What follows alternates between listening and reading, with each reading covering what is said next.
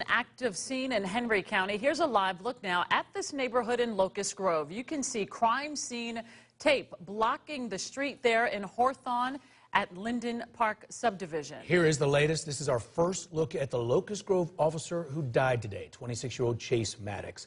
This was when he first started with that department in 2012. The other two deputies shot were veterans with the Henry County Sheriff's Office. They were serving a warrant this morning for someone whose failure to appear in court. We have live Team 2 coverage from the scene to the hospital and above the scene in News Chopper 2. We begin with Channel 2's Tyisha Fernandes there in the neighborhood. And Tyisha, new police activity you saw in the last 30 minutes. The suspect lived right here on this street, and that's why you see investigators and fire officials still here, and we saw them bring out a bag of evidence from St. Francis Court. Neighbors were so alarmed by the gunshots and sirens earlier today, their children had to be escorted home by police because the children were so frightened. I'm ready to move, but you can't move nowhere right now because everywhere is dangerous. This woman told us she's the former HOA president for the Hawthorne at Linden Park subdivision. She couldn't get home Friday afternoon because police had the entire neighborhood blocked off while they investigated a shooting that left one police officer dead. We now know that officer's name was Chase Maddox. Here's a picture of him. It's from a long time ago. He's a 26-year-old who's been serving the community for 5 years. He's the only officer who has ever been hired straight out of school. He's married with a child, and his wife has another child on the way. And I hear all the sirens, so I just come from behind the house, and I just seen all the police officers rolling through. Neighbors thought the gunshots were firecrackers until St. Francis Court was full of first responders. Now this neighborhood is praying for the officer's family. This neighborhood is usually very, very quiet besides, kids playing, and that's really innocent, and it's just kind of surprising to think that something like that would happen here. The two Henry County deputies who were shot here today are doing okay. One has already been released from the hospital because his bulletproof vest protected him.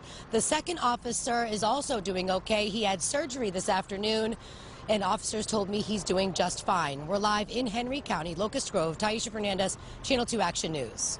And a procession of police motorcycles and police cars escorted the body of the Locust Grove officer as it left Atlanta Medical Center. A live picture right now from AMC, and that's where doctors are treating one of the injured deputies. Channel 2's Craig Lucy spoke to one deputy's brother right outside of the hospital. And Craig, you started hearing about a possible shooting before noon from your sources. Yeah, Jovita, a viewer saw all these police squad cars racing to a scene. I got on the phone, called my sources while working another story, and they were telling me that officers had been shot. One of my sources was actually listening to dispatch and suddenly said, I've got to go. I got to get off the phone. Now, we happen to be right near Atlanta Medical Center, which is where we know that these officers were taken, and this is what unfolded.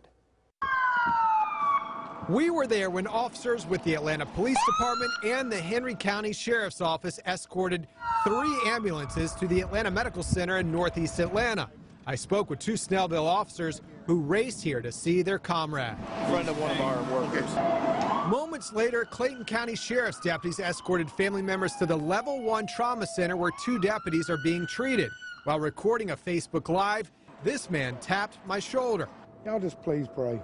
That's what they need right now. This is Pastor Wade Corley. His brother is veteran Henry County Sheriff's Deputy Michael Corley, who was shot. A bulletproof vest saved your brother. Yes, and we always tell them, go out there and be careful. Come back home to us every day. Pastor Corley told me he couldn't reach his brother early Friday. Kept calling, kept calling, kept calling, kept calling. Turns out he was in another officer's arm. Whatever officer that is, I want to tell him thank you because he picked my brother's phone up and told me, hey, he's going to be okay. He says Deputy Corley has 2 young sons. I got him here as quick as I could because he wanted to see his boys, and his boys wanted to see him. When he saw his brother, scared to death. He's scared to death? Scared to death. What were some of it? But when he left him, he says doctors, nurses, and officers were by his side. Smiling, so we just want to thank God for that bulletproof vest.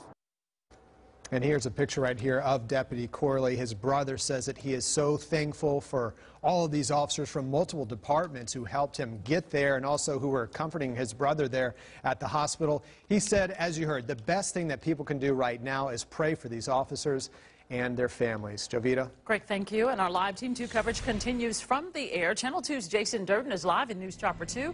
And Jason, you were first to give us live pictures from the scene. As soon as we got the call to head down this way, we hopped in News Chopper 2, Atlanta's fastest media helicopter, and made our way down here and started surveying the scene. One thing we noticed right off the bat, not one, but two houses were circled with crime scene tape. Now, it's actually the suspect's house is this one to the right. And we've watched all afternoon as GBI crime scene techs go in and out of the front door of this house and carrying out evidence. We see crime scene markers as well that are blocking down at the bottom of the stairs and on top of it. This investigation will probably continue for some time tonight. Right now, no major roads in the area are blocked off, but some in this neighborhood are, particularly St. Francis Court here. We are live over Henry County and News Chopper 2. Jason Durden, Channel 2 Action News. Channel 2's Tom Regan continues our live Team 2 coverage where the sheriff expects to release new information here this afternoon. And Tom, the officer who was killed, was called to help the deputies arrest the suspect. That's right, Justin. You can see they're flying the flag at half-staff here in Locust Grove in honor of this officer who was killed in the line of duty. A tragedy for everyone involved. It is a very emotional time for the Henry County community. The GBI and Sheriff's Office still piecing together what led up to the violent confrontation and shooting that left one Locust Grove officer dead and two deputies wounded. The deputies showed up at a home in this Locust Grove subdivision Friday morning to arrest a man wanted for failing to make a court appearance. But the subject was not going to cooperate. And that's the reason they called for a Locust Grove officer to give them some more assistance. But what began as a routine arrest quickly turned into a violent scuffle. We have two deputies that were shot and one Locust Grove officer that was shot. The Locust Grove police officer died shortly afterwards at the hospital. One of the officers shot and killed the suspect. The sheriff told me he didn't know what weapon the suspect fired at the officers. It all happened inside the residence, but I do not have any details of number of shots fired and things of that nature. The sheriff said the Locust Grove officer who died, Chase Maddox, had served with the police department for 5 years. The wounded deputies, both veterans, one with 20 years on the force. He said they didn't expect the suspect to become violent, given that he was facing only a minor charge. You never know when you're going to take somebody into custody what kind of response you're going to get.